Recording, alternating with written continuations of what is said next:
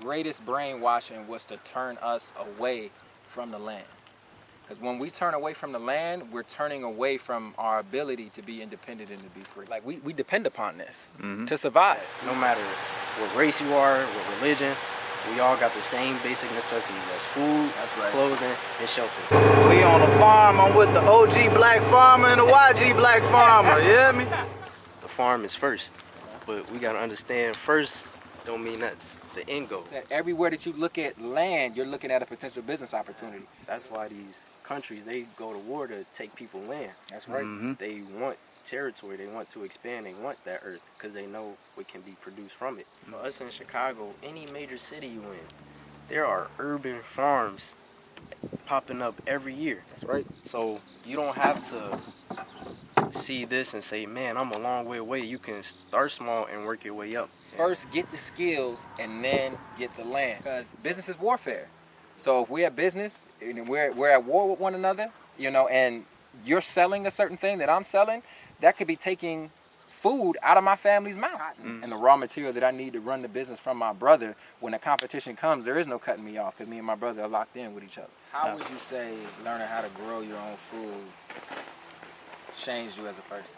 When you don't harvest the weed, when it's in its baby stage, it'll become these tall grasses that are much more difficult to manage. When problems are minor in your life, you have to nip it in the bud early on. Because if you keep letting that problem pile on and pile on and pile on, it becomes a much more strenuous task. We inside the greenhouse. Okay. So greenhouse is used early in the season to start your plants. So you got your 4 elements. You got air, you got water, you got the earth, and you got sun. Okay. Those 4 elements have to be unified to create an end product. Whatever. On this farm, we've grown over 20 different crops, so you get to see so many different plants, so many different colors. I'm grabbing a raspberry, y'all. Easy peasy. Man, that tastes like some lemonade. Look! This is the eye of the trenches! Farms. Down the farm. 2 young black farmers getting at it. Yes, sir. Showing real unity through farming. Real unity, man. So, got 2 farmers, main farmers, but we have a full group of men that put their money together to get access to the land and to really get the farm business up and running. So it's a total of 16. I shared that there's different aspects in agriculture. This is the growing side of it, but you have the processing hat. Like somebody's got to bring it out of the field, wash it, clean it. You have the marketing side. Somebody's got to let people know that you had a produce after you harvest it and it comes out of the field. And there's distribution, like how do you get it to the customer? So there are some people who want to get into agriculture as a grower. There's some who don't necessarily want to get in the field, but there's space for everybody if we get out here and we get into it. So the total of 16, of us that come together, and all of us, play different aspects in the agricultural food system. Absolutely. So what's your role, brother? So I'm the farm manager at Jonah Farms. So we have half an acre of outdoor space, and then we have 3 rows inside these high tunnels, which you see here. In the high tunnels, we're doing tomatoes, and then out in the field, we were growing over 20 different varieties of vegetables, from cabbage, broccoli, carrots, onions. Now you got the summer crops like eggplant, okra, tomato, bell peppers. So my job was just maintaining those crops from seed to harvest and make sure they get stored properly. Yes, sir. Yeah, and those same crops are the ones that are going to the market. We got a bi-weekly farmers market that we do. We've also serviced a couple of restaurants as well. This is coming straight from that farm. No pesticides, no GMO. No GMO, no none of that. Wow. Yes, indeed. I'm going to let y'all lead the way with this one today, you hear me?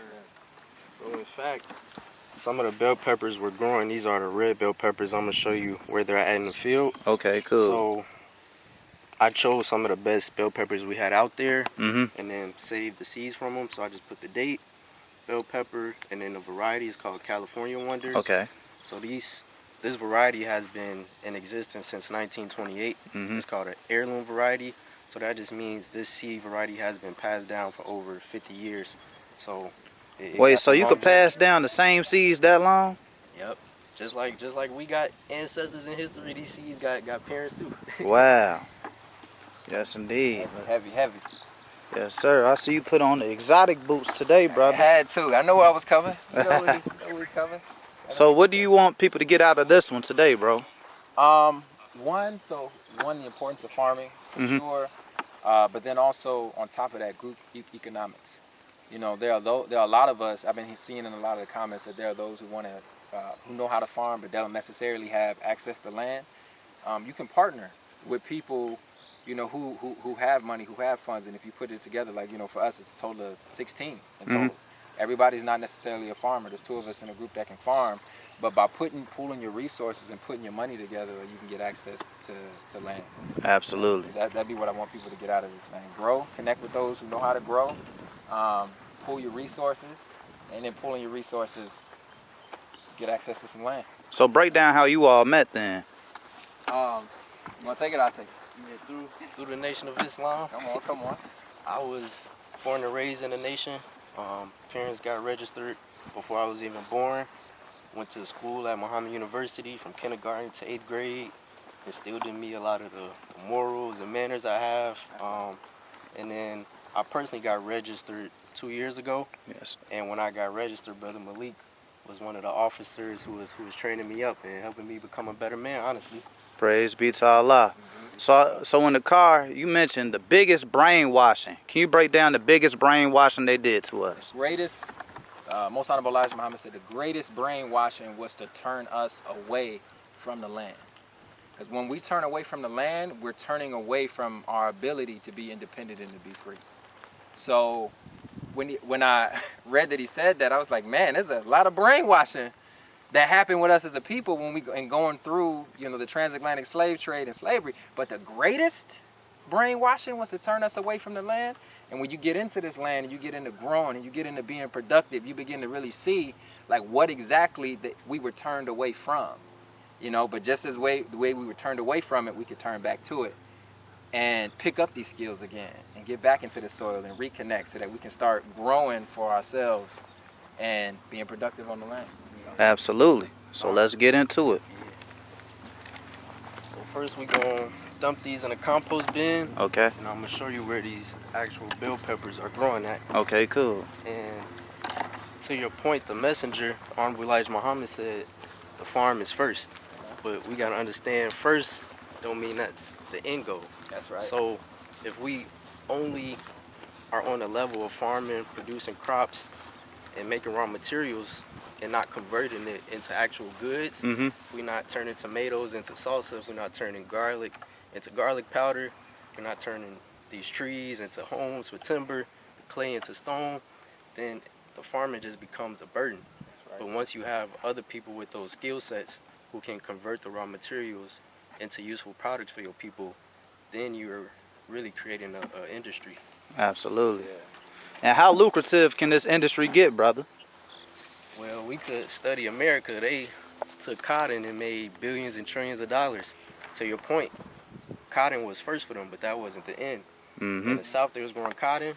In the North, they had the Industrial Revolution, where they was converting cotton into products that they was selling all over the world to help them become a rich country. So that's group economics again, isn't it? 100% group economics, you know, because if I grow the cotton and my brother, you know, manufactures the clothes, we have now an economic system that somebody can't cut off.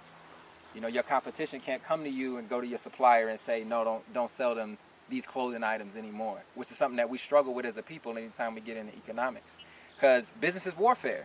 So if we're at business and we're at war with one another, you know, and you're selling a certain thing that I'm selling, that could be taking food out of my family's mouth. Because if I'm getting that dollar, that's a dollar that you're not getting. So at certain points in competition, there are those of us who have grown big, who have gotten, you know, large in business, and will be cut off. Absolutely. From being able to operate in that business. Is because we don't have access to the source. You know, if my brother, if I'm getting the cotton and the raw material that I need to run the business from my brother, when the competition comes, there is no cutting me off because me and my brother are locked in with each other. Absolutely. Yeah. Yes, sir. In fact, they parked the ATV, so y'all wanna ride around? Yeah, let's do it. Let's get it. Let's have some fun, you know? So people think farming can be boring, but it's a lot of fun and excitement you get through this. So what excites you about this, bro? Honestly, every day is a new thrill and a new challenge. So just the excitement and that level of not knowing what you're walking into and having to actually use critical thinking and problem solving in that sense, it could become very stressful.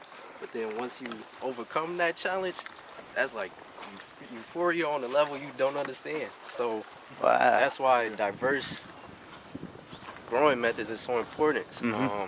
In America, in Illinois, for example, they grow corn, soybean. That's all you hear about. Yeah. But on this farm, we growing over 20 different crops, so you get to see so many different plants, so many different colors, vibrant colors. You attracting so many different insects, so you're really seeing the full reality of God's creation. Absolutely. So I don't know everything.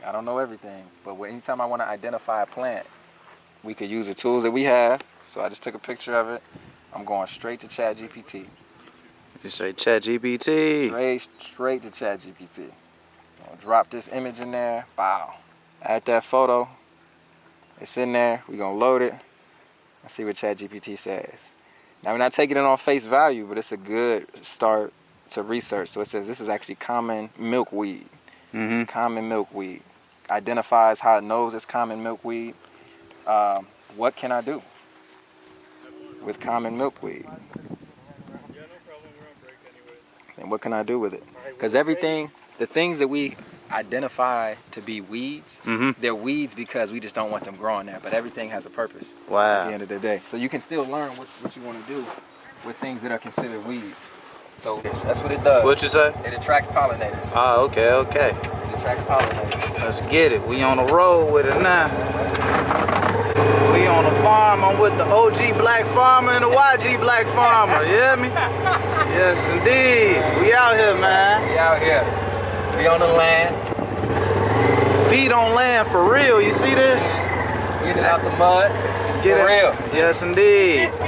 So our plot starts from this batch of weeds, and it ended where you see grass mold. Oh, okay.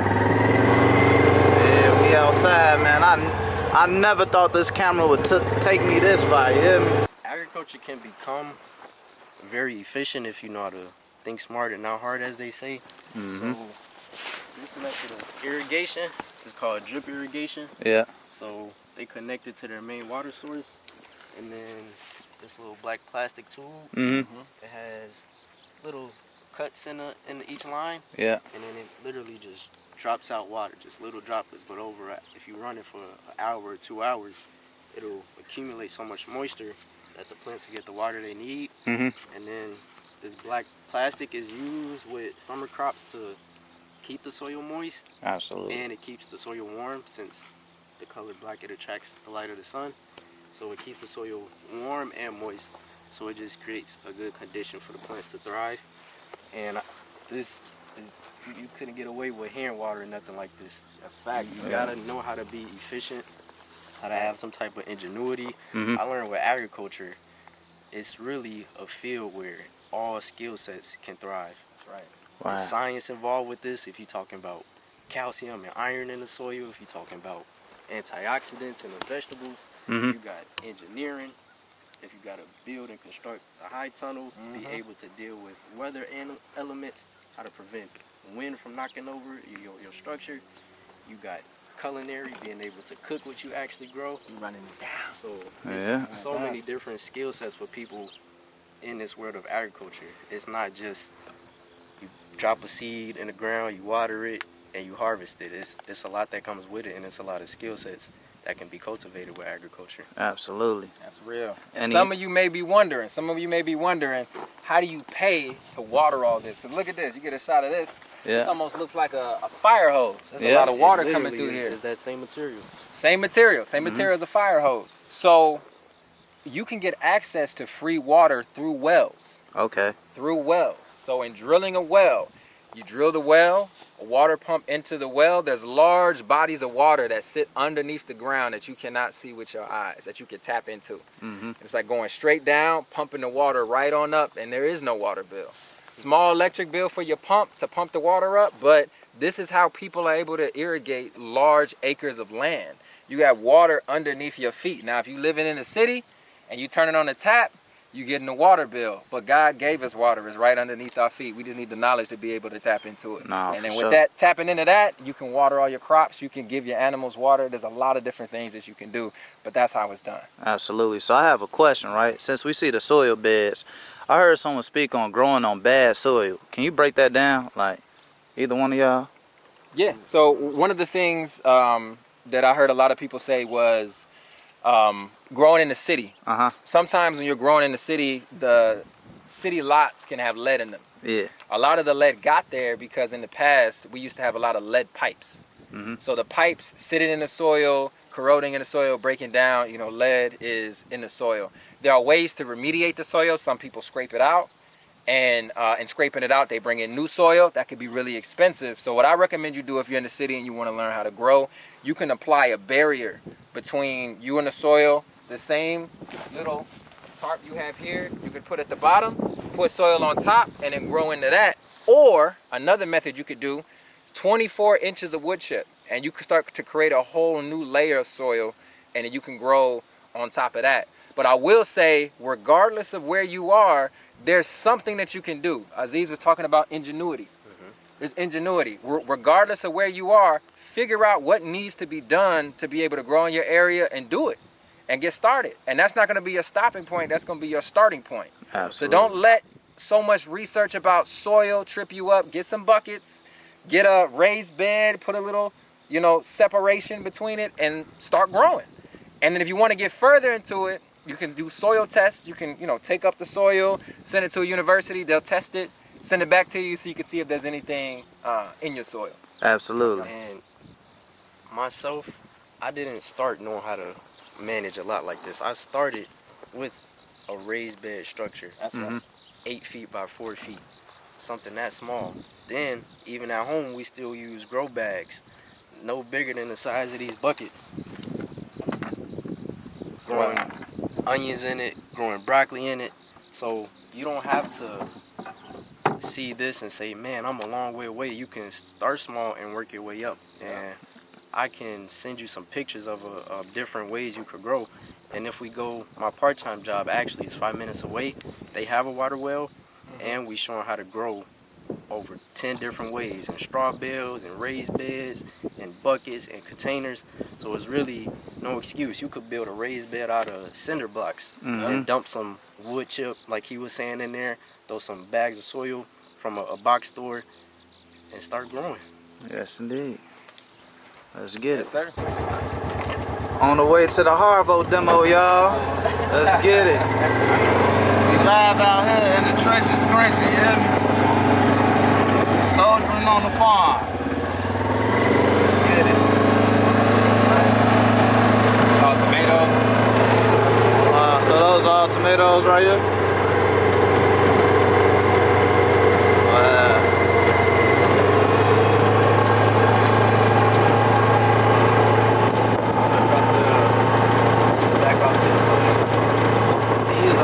Some of these are apple trees over here. You said apple trees?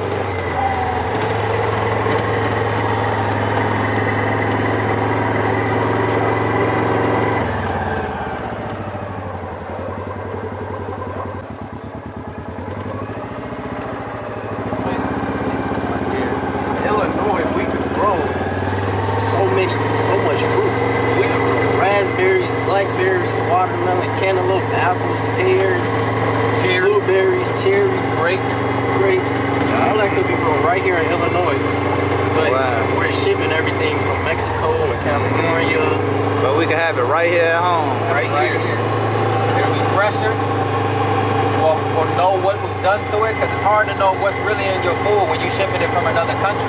Yeah. I mean, they can tell you and have all these different types of standards about what's happening, but there's only one way to really know, and that's if you're growing it yourself. Absolutely.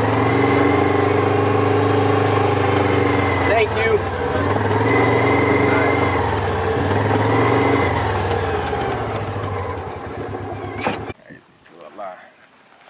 So ride on the ATV. Yeah. Riding in style.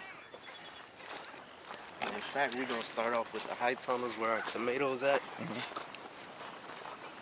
Growing up, I did not enjoy tomatoes. Like, Whenever I got a burger or something with a tomato, I'm asking my sister or mom, like, y'all want this You want tomato? this tomato? Uh-huh. And when I started working on the farm and seeing Roma tomatoes, Globe tomatoes, tomatoes that's green with yellow stripes and yellow, and cherry tomatoes that's red, orange, black, I'm like, I gotta try these.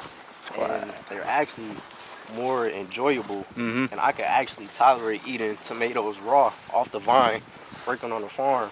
But growing up, you couldn't catch me eating a tomato. Nah, for sure. But perspective change, you know? Mm-hmm. So much more flavorful too. Yep. Because one of the things that happen with a lot of commercial tomatoes is they harvest it before it's ripe. So ideally, The morning is gonna be hot in here, so we only gonna be in here for a cool 5 minutes. But this the conditions that farmers have to work with. Mm-hmm. You can't run from the elements. that's right. If it's 50 degrees, 30 degrees, 90 degrees like today, it's still work that gotta be done. Absolutely. And for somebody like me, I have allergies. Yeah. And some of the plants irritate my skin. I get rashes, bumps.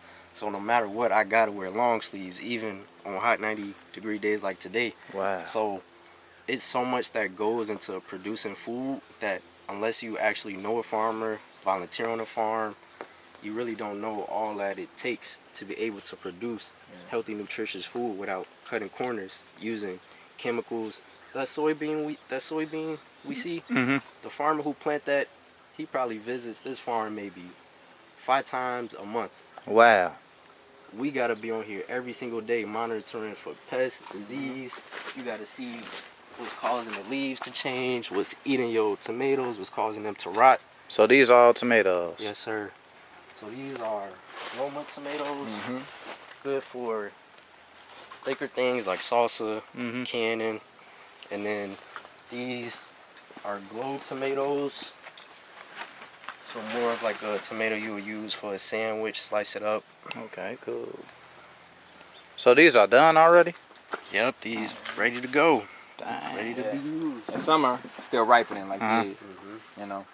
But in more conventional growing methods, so like if I was a farmer in Mexico, Mhm. I'd take them like this. Okay. Just because I know they're gonna have to go a long distance. Mhm. But in taking them like this, they're not ready. They haven't gotten all the nutrients that they need yet. They Ah. haven't gotten all the flavor that they got yet. So oftentimes when you eat tomatoes at a grocery store, it may not taste that flavorful because it had to be harvested like this. So it's kind of like premature in a way. It's premature, yeah.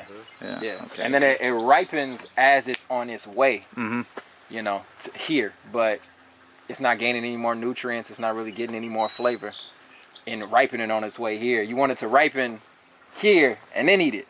But it can't come from a whole other country from far off in order to do that. That's why we gotta start doing You it. gotta start doing it. Have to. I'm not sure who came up with fried green tomatoes, but Yeah. that's the way you can harvest some green tomatoes and eat it right now. Yeah, for sure. For sure. So do you have to wash them before you eat them, or like how you go about it? You just That's ideal. yeah. It's not obligated with tomatoes, Mhm.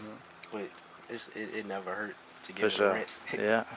When I'm on the farm, if I want a little cherry tomato, which I Yeah. can show you, I just grab it and eat it. We could do a taste test. Yeah, I now. want to. Let's do it.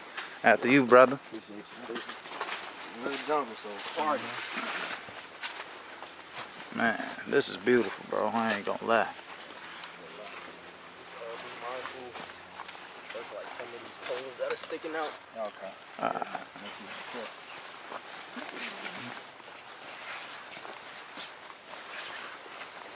When I was talking about how I reached a point where I could tolerate eating tomatoes off the vine, Uh huh. this one is my favorite. It's called a black cherry tomato. Okay. And then behind you we have some sun gold cherry tomatoes, a real deep orange color.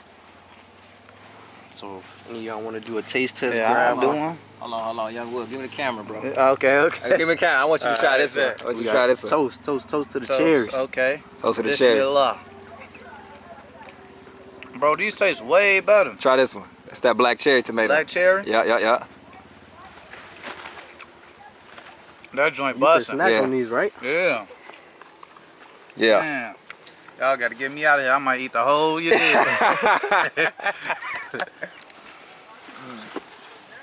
Bismillah.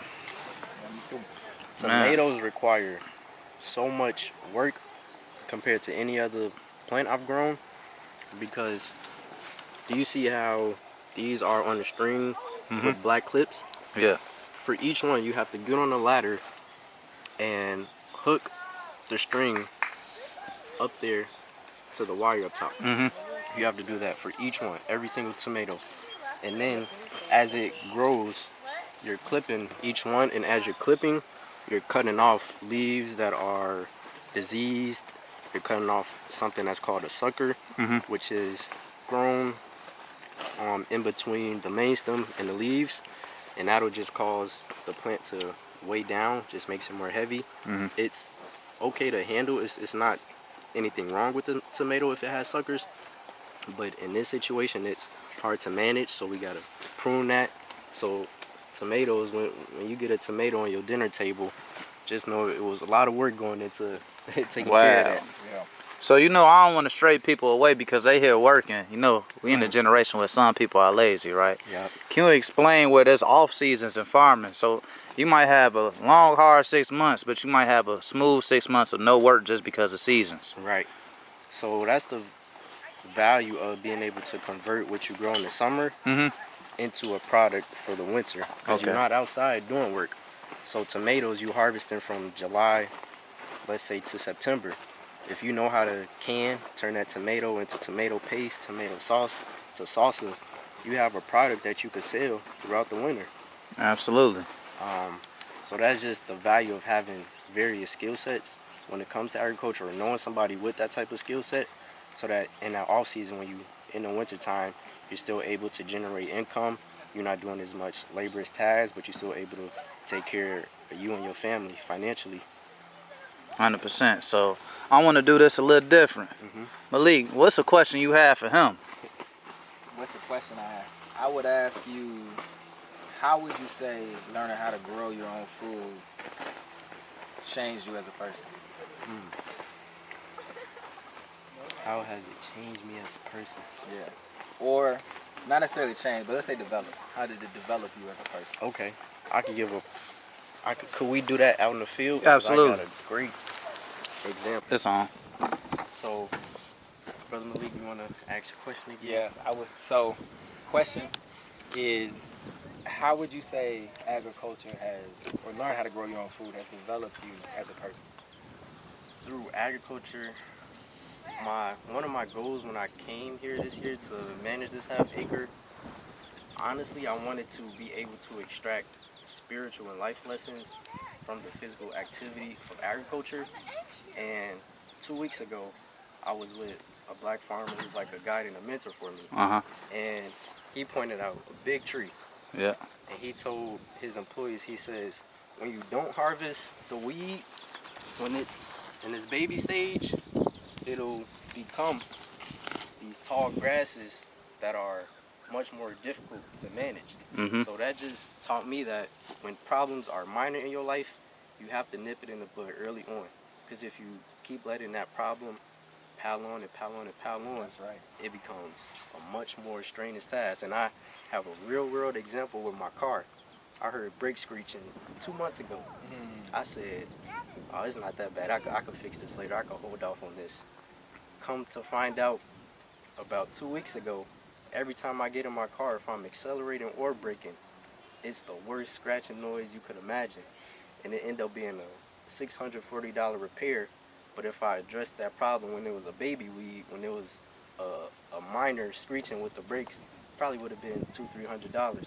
So that is the type of life lessons I want to extract as I'm out here on the farm. Absolutely. Realizing what can I take away. I don't want to just be doing the physical work and not walking away with nothing in terms of personal growth and development. So this lot, for example, if this weed, it didn't just magically drop here and get this big. It started off this size. It started off even tinier than that. Wow. So if you pull it when it's a baby, you don't have to deal with fighting and tugging it out to get it. Now you got to figure out, okay, what I'm going to do with this now. If you just pull it when it's a baby, it's a lot easier to manage. So And when it's like that, it starts producing seeds. Yep. So it makes even more problems. Yeah. So now it's spreading itself, and now you got a problem to deal with. That's infectious now. Yeah, absolutely. So what's the question you would ask him?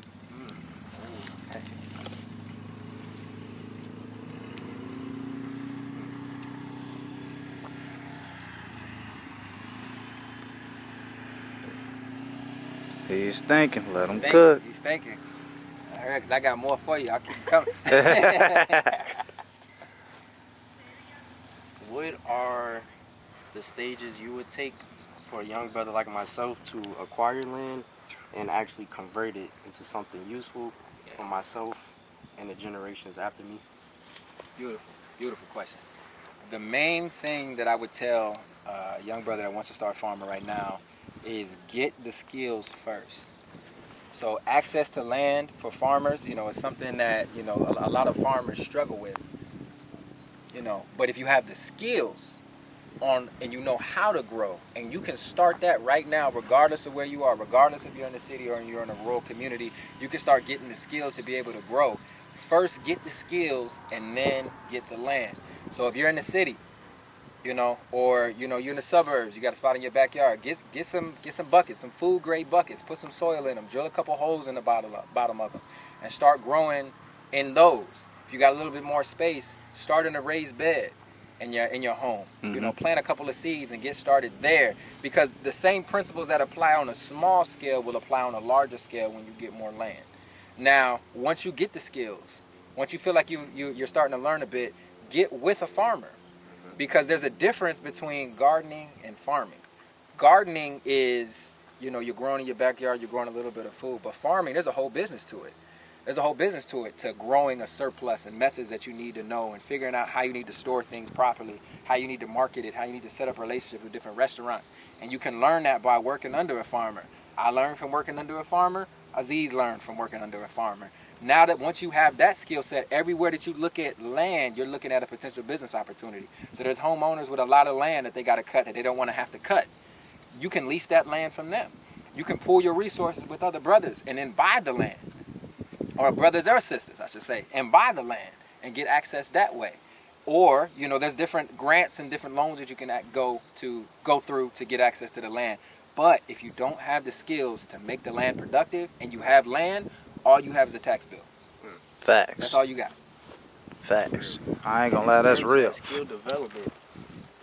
For us in Chicago, any major city you in, there are urban farms popping up every year. That's right. Associated with schools, associated with churches, on nonprofit organizations.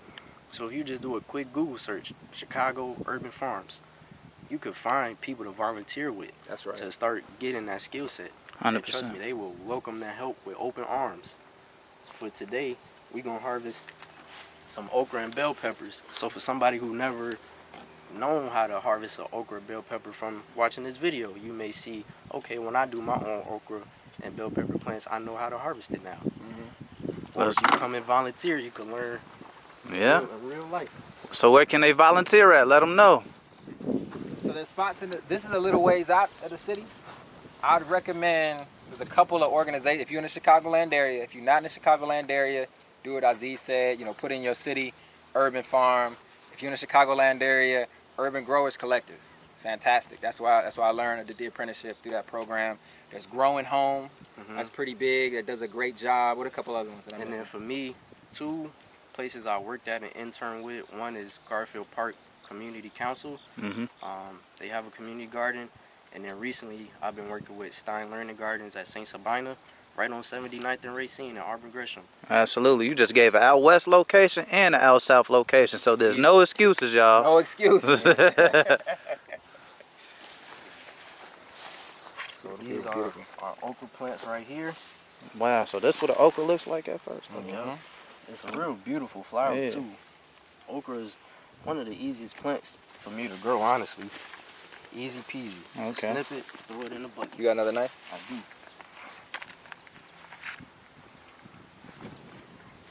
Alright. This one's huge. Yeah. They say the larger they are, the more tougher they are to consume. Yeah. So getting them when they're between 3 inches to 6 inches is the most ideal size for your okra. Absolutely. But when they're that big, you can still eat it, make something work with it. Yeah, this one's too big. So for those of you that grow for the first time, and you're like, I grew zucchini, I grew okra, and it's really big, you gotta get it earlier. You gotta get it earlier. Because on a lot of plants, the seed, it gets tougher, the seeds get bigger, and it's not as edible. Absolutely. Not as edible.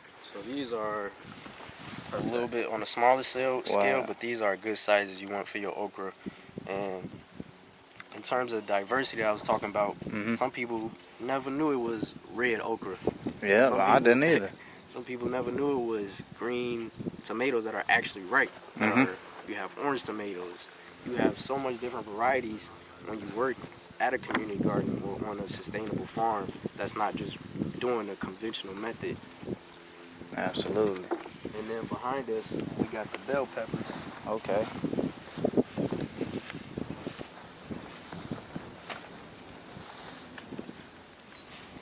And as I was saying, we can't cut corners, so some of our crops, they gonna fall victim to diseases. Yeah. And you lose out.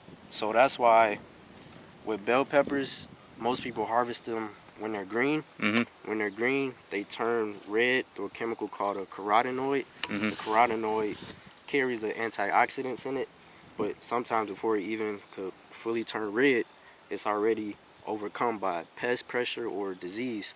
So oftentimes, a lot of farmers, they just harvest them when they're green to avoid having to deal with losing their crops to different diseases in animals. Wow. But those some good ones right there. Yeah. So them all the way done. Yep. Wow. Yeah. And usually too, I just dropped it. So when you're doing, there's a whole system that's called good agricultural practices. Typically what would happen is if you just drop it, you wouldn't harvest it to sell afterwards. But I know a lot of people feel like that's wasteful. And it kind of is, I get it.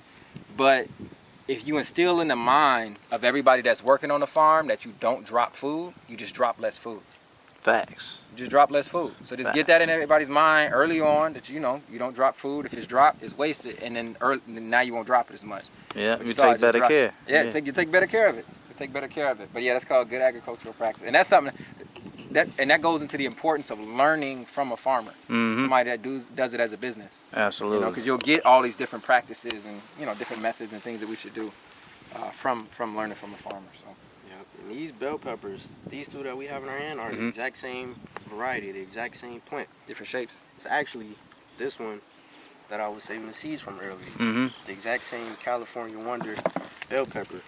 But the bell peppers, like I said, just go through a process where they turn from green to orange or green to yellow or green to red. Wow. And they all have a different taste that way, or? The taste is the taste is slightly different, but more importantly, the nutrition content is different. So the bell peppers that are red carry more antioxidants than the ones that are green. And they carry more vitamin C content Absolutely. than the immature green plants or the immature green fruit. For sure. So we got some okra, bell pepper, tomatoes. What could we cook up with this, young Will? Some soup, for real. Hey. Or like a little, I don't know, a lot of things, for real. Okra, bell pepper, tomatoes. This could be our dinner for tonight. Yeah. For the next 2 days. Look. Yeah. Chop it up, put it in a pan, saute it, put a little bit of onions in there, get some tortillas, throw some eggs. Oh yeah, you can do a lot. Come on now, some I want breakfast to burrito. introduce y'all to the farm manager real quick. Yes, sir. It's fine. Yep. Yeah. You want to tell them what you all are doing out here? Yeah, sure. So this is our fall season block. And so we plant usually like cool season crops in the early spring and then like, late July. And so these beds, we're running hose between rows. It's really hard to see them, but they're little rows of baby carrots here. And so this first weeding is kind of the most important to make sure that you actually get carrots, because carrots are terrible at competing with stuff. So, and we plant a lot of storage crops in here. We're primarily providing food for the dining halls here on campus. So storage crops like carrots, beets, cabbage are all things that we can harvest in the fall and have all winter long. So Absolutely. yeah, we're just doing some weed control, and hopefully we get ahead of them now. They don't look that scary now, but that's the time to take care of them. Yeah, that's what you. Yeah. That's what you were saying. When it's a baby, Yeah. you at least got a chance. Exactly. Yeah, because some of these grasses will come back, but if you can take care of 85% of them or something like that, even you'll have much better chance. From this angle, excuse me, you can see. Do you see like where the rows of carrots are? Three Yeah. rows. Yeah. Yeah. So you see how he cleared up this patch, and then further down, it gets harder to see those carrot rows. So that's when you got to do the hand weeding or weeding with a tool. Wow. These are all diligent tasks you have to do. Yeah. Yeah, and timing is always the most important thing in farming, is catching the windows where things, and it's hard to do when you're doing all the things, but yeah. Yes, indeed. Appreciate you. Appreciate you all. Yes, indeed. Have a good day. You too. So you know how you spoke on farmers being humble, right? So what about farming makes you humble? You connecting with the earth Mhm. at its lowest frequency, and it's quiet out here, really calm and relaxing. It's hard to be arrogant when you're in a peaceful environment. Who can you brag to out here? You Facts. just dealing with plants and trees and animals. You seeing the cycles of life, and it makes you just want to participate. It makes you want to intertwine yourself and be on an equal platform with God's creation, 100%. rather than making yourself seem like you superior and got a false sense of arrogance over what He created. Because honestly, I need these plants for my nutrition. It's not like I'm greater than them if they serve me, and then they need me to cultivate them so that they can reach maturity and produce seeds. And then when we save seeds, we can continue their life on the next generation. Absolutely. So it's an equal playing field when you're out here on the farm with the soil, with the water, with the sunlight, with the insects and the birds. So it's an equal playing field. Yes, sir. Appreciate you, brother. Yep. Here go the examples of the fruits we was talking about. Okay. Raspberries. So them ready or nah? Yeah, these right And you gotta know how to pick them. You gotta be real delicate with the rat. Look. You gotta give me the camera again. All right. You gotta give me the camera again. Cause It look good on the camera? yeah, it's good. All right. It's a raspberry. Look, a raspberry straight from the bush. Go ahead, bro. Straight from the bush. Taste test It's- right Oh, now. wait, hold oh, on. no. Nah, What that let's is? not get you that one. Yeah, all right, let's get you. Homie, go get you another one. Get you Yeah. another one. Oh, And when you wanna grab it, Oh, yeah, of course. Hey, y'all, I'm grabbing a raspberry, y'all. easy peasy. Man, that tastes like some lemonade. Man. Yeah, that's good. yeah. 10 out of 10, y'all. Here you got it. Blackberries. Wow. Them real blackberries. Whenever I eat these blackberries, they be real sour and bitter. So I may have just called it too early in the season, but these producing well. So I'm gonna try my luck today. See what I can get. Try it with The softer it is, the easier it is to come off the plant. Mm-hmm. Then the more fruitful and sweet it'll be. So that came off real easy. I didn't have to tug at it. Wow. So I got high hopes for this one. Oh yeah. They good? Yeah, that's it. It's a little tart, but I could tolerate it. And this corn right here? Or? No, I don't know what that is, but it's used to attract birds. Oh, So okay. it just creates a habitat for the birds. Wow. Yep. And it's also called a windbreak. Mm-hmm. So on days when it's really windy, Yeah. that is like a buffer. Those tall grasses act as a buffer. So if you have smaller, delicate crops, if a heavy wind, it can knock those plants over. Oh, wow. But this big, tall grass, it slows down the speed that the wind is traveling at. Mm. And then you hear the birds, they stay home. Yeah. One thing I wanted to add too about humility is farming is gonna humble you. Uh-huh. It's gonna humble you because it forces you to interact with nature, and you're gonna have trials just in doing it. You're gonna have to deal with weeds. You're gonna have to deal with pests. You're gonna have to deal with, the things that come along in nature. And I think sometimes being separated from nature, we can kind of forget that like we depend upon this to survive. We depend upon nature. We depend upon the weather. We depend upon like what God has given us. And farming is a way to just jump right into that as a reminder. and get into it. Because, you know, in the city, it's like, okay, I can go to the grocery store, I turn on the tap and the water comes out, I flip a switch and the light comes on. And it can almost feel as if, you know, you're separated from what Allah has created, with, you know, what's set up here. And farming will remind you. Can I prove, even through language, how working with the earth is connected to humility? Yes. So this is the etymology dictionary. It gives you the origin of words. Yes, through sir. time. I typed in the word humble. Yeah. So it says submissive, respectful, lowly in manner, modest, not self-asserting, obedient, right? If we travel down, it comes from a Latin word, humilis, lowly, humble, literally on the ground. Then it says from humus, which means earth. Yeah. From pyroot, Break it I down, don't even know how to Aziz. say that one, but earth. So Wow. the word humble was literally, through the languages in the past, it was initially the word earth in Latin, and then in modern America, they use the word humble to represent something that's grounded or connected to the earth. So that's why when somebody is humble, they say that's a grounded individual. Because if you the opposite, you arrogant, your head in the sky. That's the opposite of humility. Wow. And we spoke on like people heads are in the sky now and they ain't even worried about what's going on right here. What's going on right underneath their feet. Wow. You know? That's the whole concept of a mystery God. When you looking and you got your head in the sky for something that's above and beyond, and then right on this earth playing field, we neglecting what we have here. This is our home. Everything we need, all the necessities we need, come from the earth. Food, clothing, shelter. And if we are occupied with a heaven beyond the clouds and not trying to cultivate the land and the ground that we're walking on, we missing the opportunity to satisfy our own needs and wants, and then take care of our people down the road. Wow. That's why these countries, they go to war to take people land. That's right. They want territory, they want to expand, they want that earth because they know what can be produced from it. But it doesn't even take all that violence and greed. You see how peaceful it is on this property. We're not competing with each other. I'm not telling Matt, man, I'm a step on his cabbage so he don't get no sales. It's not that type of environment. So I'm just grateful to be out here, have brothers like Malik alongside the journey with me. Yes, indeed. Yes, indeed. So is there anything else we got to touch today, or? We just gonna drive back up. Yes, Show sir. y'all the greenhouse, and we gonna buy some watermelons and hit the road. I said, so there's two sides here. There's like the more conventional path Mm-hmm. to growing, and then there's the more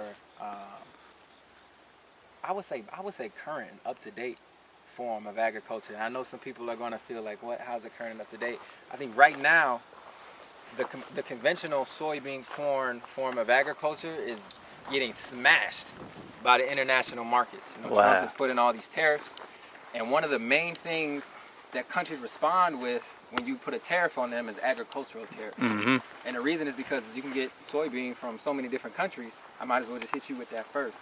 So the farms that are growing the soybean, the corn, they're heavily dependent upon what's going on in China.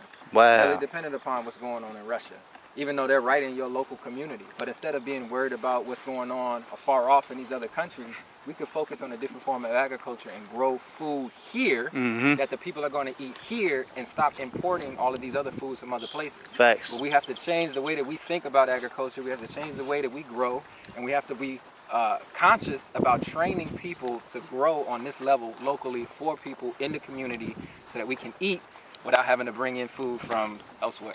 Yes, indeed. So politics don't necessarily have to play a role on how we farm then. Nope. Absolutely. Nope. When I grow my food, I can look at it and be like, yeah, my brother, my sister's gonna eat this. 100%. Yeah, I feel good about the fact that I stewarded it and I took care of it, and I know that they're getting the best of the best. Like when we brought the tomatoes to Needles, I put the tomatoes down, they started slicing them up, putting them on the burgers and roasting them, bro. That felt so good. And you seen exactly where the tomatoes came from. That felt Wow. so good, man. That felt so good. Because it's like, man, I know they're not getting any pesticides in this. They're not getting, this is organic. There's no GMOs. So it's like, it's nourishing their bodies, bro. That felt good. Absolutely. Blessing is blessing others, you know? Yes, sir. So where we at now?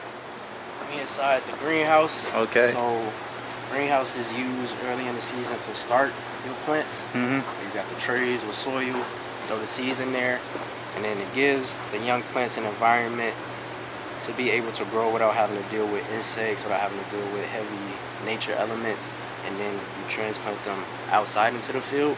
But the greenhouse space can also be used to do experiments if you want to grow crops. So they growing cucumbers right inside the greenhouse. Wow.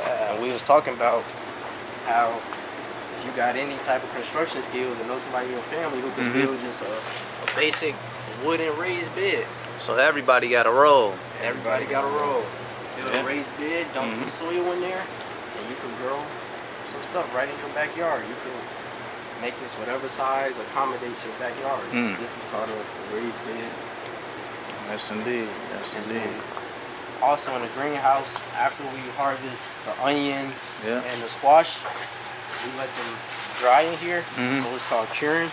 It is what creates like a shell for the onion, and it is responsible for its long shelf life. Oh, okay, okay. Now I'm gonna show you how you would process one of the onions. Dang. This table is what we planted with Jonna Farms. So I'm gonna pick just a nice sized onion. You see, when it was growing, it was green and luscious. Yeah. It's been about 4 weeks since we harvested You this. said how long? 4 weeks? 4 weeks. Okay. It's been on this table sitting, curing. So now I know it's ready because I don't see any life. There's no green. There's no signs of life. So it's fully cured at this point. I just chop off the plant material, and then you can honestly sell it as this. But if you want, you could just take off some of the outer layers, brush off some of the dirt. You got you an onion. And so you gotta do that for each and every one of these onions. So this is a part of,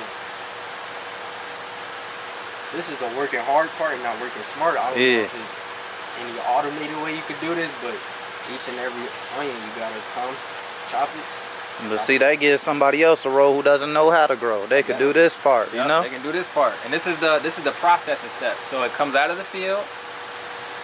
There's a process to make it ready to be consumed or ready to be sold, and that's this step here.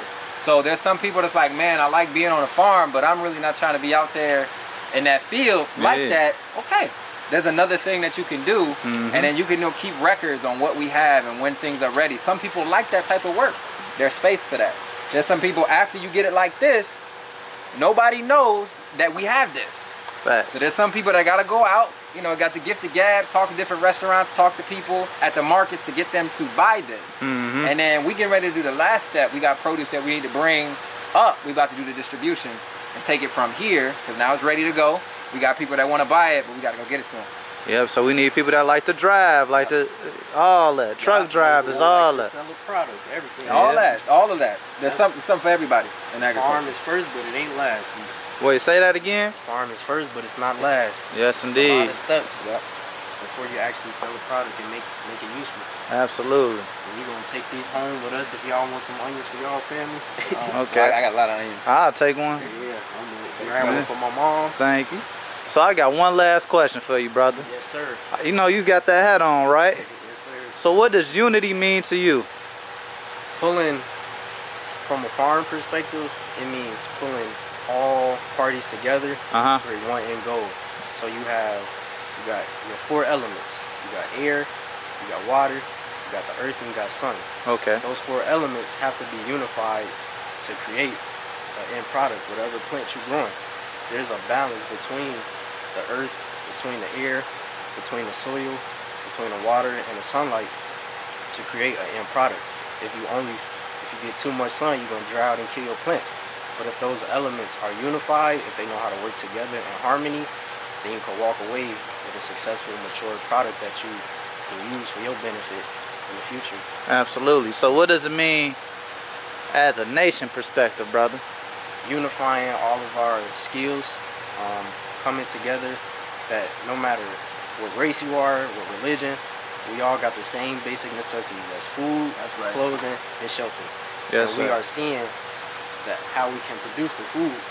So if we unify with each other, we can be able to feed ourselves and do it in a healthy manner A lot of people around the world have illnesses. I personally got illnesses, asthma, allergies. I fall victim. I got a bad sugar tooth. So these foods and these herbs and these plants can also be our form of healing.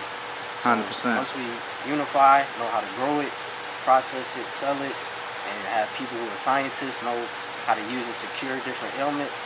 They say onion and garlic, you can make a whole lot of remedies from these. Yeah. You can soak onions and garlic and honey for 4 weeks, come up with a little concoction that can help you do cold season and flu season. So unifying our skill sets, no matter where we're from, we got these same basic necessities. Absolutely. And who you shooting with, family? Young Will, out of the trenches. And let them know who I got again so they can find y'all. So brother Malik Nkatha. Catch me on Instagram, Malik_Nkatha. Nazeez. Yes, sir. On Instagram, Aziz, ZEEZ01. And then with the Nation of Islam, I was telling them how we got farms down in Georgia. Yeah. We got 1,600 acres in Georgia.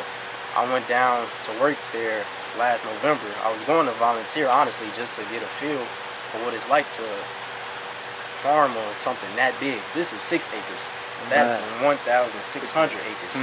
And Dr. Ridgely, who's the farm manager there, he has to deal with things on a level we can't even imagine. Right. Being in such a rural area, you got to be your own repair person if a tractor break down. You're dealing with deers eating up your crops. So there's a way to donate to them. It's called the 3-year economic program.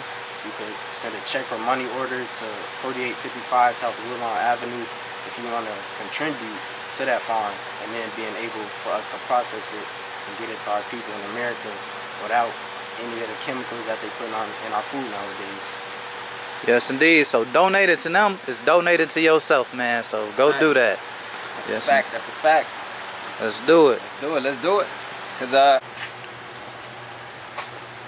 Young Will Is it an exotic word for doing this, or is it just cutting off the plant? harvested, but you want to do it. You want to do it a little bit higher, so that you can leave. So let's get that a little higher, a little higher. You want to leave a little bit of the stem, so it looks like this. Okay. Yeah. Make sure you don't cut that. Yeah.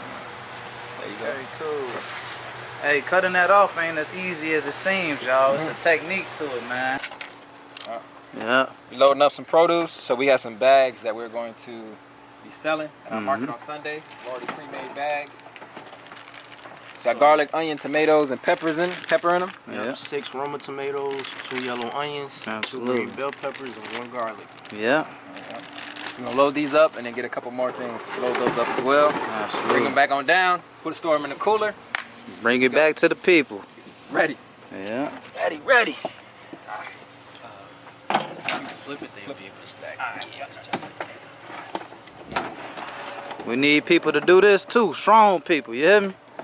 It's a role for everybody. Man, working on the farm, I say this would be my workout. No, for real. I literally canceled my gym membership when I started working here after a month. I'm like, I'm getting my sweat in here. Yeah. No need. You walking, lifting, standing, bending. You're pretty much getting everything that you need right here on the land. Absolutely. That's for sure. Tomatoes from Jonah Farms that we harvested. So you can see the variety. You got tomatoes that look like an apple. You got this yellow variety of tomato. You got these nice beefy tomatoes. And then you got your Roma tomatoes. Wow. And then you see the students, they grow even more beautiful varieties. Yeah. It's like a Cherokee, the purple. You got a rainbow just from tomato plants. Wow. From the Cherokee. So we gotta find sales outlets for these tomatoes as well. This will be good for a restaurant. We need tomatoes. We got them. We got them. Something like that. Rush them.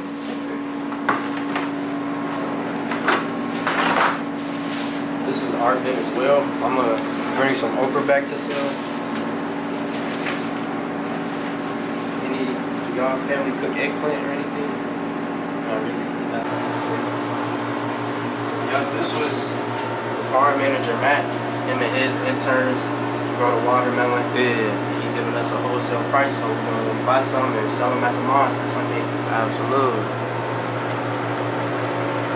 The thing is, we gotta Weigh it, right? Yeah.